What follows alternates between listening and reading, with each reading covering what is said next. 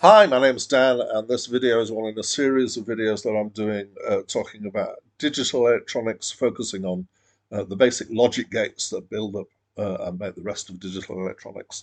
And in this one, we're going to be looking at a gate called the NAND gate. So in order to understand this video, you probably should have some basic understanding of Boolean logic and or Boolean algebra. Two terms are a little bit interchangeable. You don't need to be a massive expert, but if you don't understand that, then it might not make much sense to you why these things exist.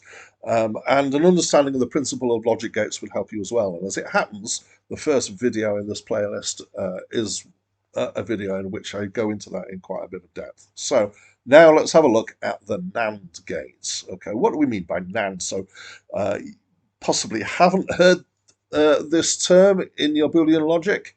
Uh, so this is equivalent to taking a Boolean and then taking the result of that and using a Boolean not process on it. And in terms of writing that out as Boolean algebraic symbols, it's like putting A and B, bracketing that, and then doing a not on the result. Okay, so the truth table for this process, we've got two inputs, input A and input B. The two are interchangeable in that the gate is symmetrical, um, but they are discrete from each other. And if you know your Boolean logic or your Boolean processes well enough, you will see fairly clearly that the output here is the inverse of the output from an AND process.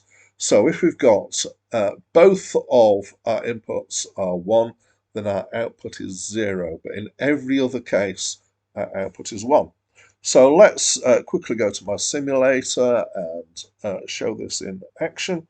We're just going to zoom in a bit. So this is DigitalWorks.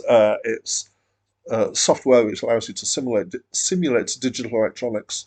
And in a later series of videos, I'm going to show you how to use this in more depth. But it's just a handy way of showing you in a simulated way this gate in action.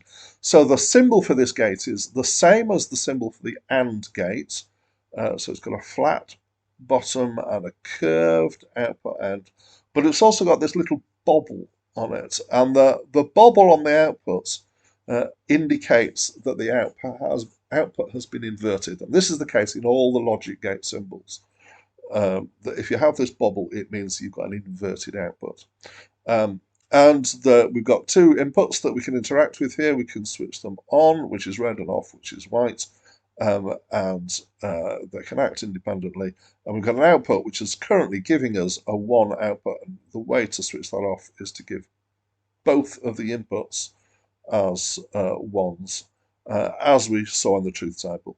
So quick run through the truth table. So if this is A at the top and this is B at the bottom, so A, so 0, 0, 0, 1 gives us a 1 output, 1, 0 gives us a 1 output, and only when we have both of them high do we get a 0 output.